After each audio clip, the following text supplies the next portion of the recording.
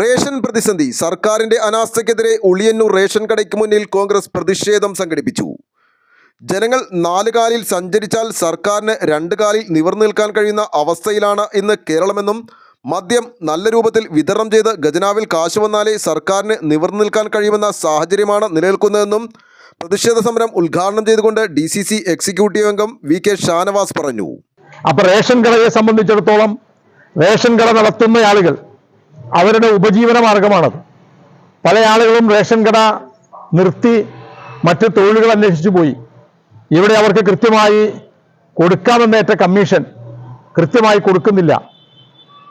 എല്ലാ വർഷവും ഇവർ സമരത്തിലാണ്.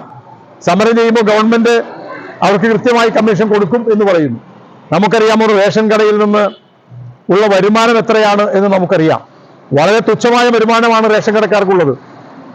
അത് തന്നെ കൃത്യമായി ലഭ്യമായില്ലെങ്കിൽ ഉണ്ടാകാവുന്ന അവരുടെ കുടുംബം പുലർത്തി മുന്നോട്ട് പോകാൻ കഴിയാത്ത സാഹചര്യം വരുന്നു.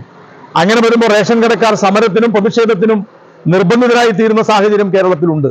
അങ്ങനെ പ്രതിസന്ധി ഉടലെടുക്കുകയും ഈ തിങ്കളാഴ്ച മുതൽ അവർ സമരം പ്രഖ്യാപിക്കുകയും ഇന്നലെ മന്ത്രി ഇടപെട്ട് 15-ാം തീയതി കൃത്യമായി എല്ലാ 15-ാം തീയതി ശമ്പളം തരാം എന്ന് പറയുന്നു. 15-ാം തീയതി ശമ്പളം തരാം എന്ന് പറയുന്ന ഗവൺമെന്റിന്റെ കയ്യിൽ 5 പൈസ എടുക്കാനില്ല. എവിടെ നിന്ന് കൊടുക്കും എന്ന് നമുക്കറിയില്ല. ഇന്ന് ഞാൻ പത്രത്തിൽ ഒരു കാർട്ടൂൺ കണ്ടതനുസരിച്ച് ഗവൺമെന്റിന് നടക്കാൻ 2 കാലിൽ നടക്കാൻ രാജ്യത്തെ ജനങ്ങൾ 4 കാലിൽ നടക്കണം, എന്നാൽ മാത്രമാണ് ഗവൺമെന്റിൽ 2 കാലിൽ നടക്കാൻ കഴിയൂ എന്ന സ്ഥിതിയാണ്.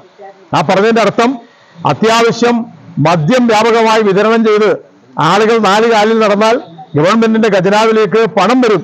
അപ്പോൾ ഗവൺമെന്റ് 2 കാലിൽ നിൽക്കാം എന്ന മട്ടിലാണ് ഇന്നത്തെ കേരളത്തിലെ സ്ഥിതി. ഇപ്പോ മദ്യത്തിന് വില കൂട്ടി.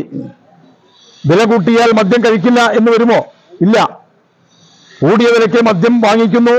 വീടുകളിലേക്ക് ചെല്ലേണ്ട വരുമാനം കുറയുന്നു. വീടുകളിലിരിക്കുന്ന വീട്ടമ്മമാർ അതിന്റെ കഷ്ടപ്പാടുകൾ കൂടുതൽ അനുഭവിക്കാൻ പോവുകയാണ്. അപ്പോൾ മദ്യത്തിന് വില കൂട്ടിയാൽ ഗവൺമെന്റിന്റെ വരുമാനം വർദ്ധിക്കുമെന്നല്ലാതെ മദ്യത്തിന്റെ ഉപയോഗം ഒരു കാരണവശാലും കുറയാൻ പോകുന്നില്ല എന്ന് നമുക്ക് കഴിഞ്ഞകാല സംഭവവികാസങ്ങൾ നമുക്ക് നമ്മുടെ മുമ്പിൽ തെളിവുകളായി നിൽക്കുകയാണ്. കോൺഗ്രസ് ഈസ്റ്റ് മണ്ഡലം പ്രസിഡന്റ് MP ജലീൽ അധ്യക്ഷത വഹിച്ച ചടങ്ങിൽ DCC സെക്രട്ടറി KK ജിന്നാസ് മുഖ്യപ്രഭാഷണം നടത്തി. വാർഡ് പ്രസിഡന്റ് അബ്ദു മുലോളി, കർഷക കോൺഗ്രസ് സംസ്ഥാന general secretary Abdul Aziz, TH Shiyas, Kalamassery block Congress general secretary Kunju Muhammad മൂപ്പുകണ്ടത്തിൽ തുടങ്ങിയവർ സംസാരിച്ചു.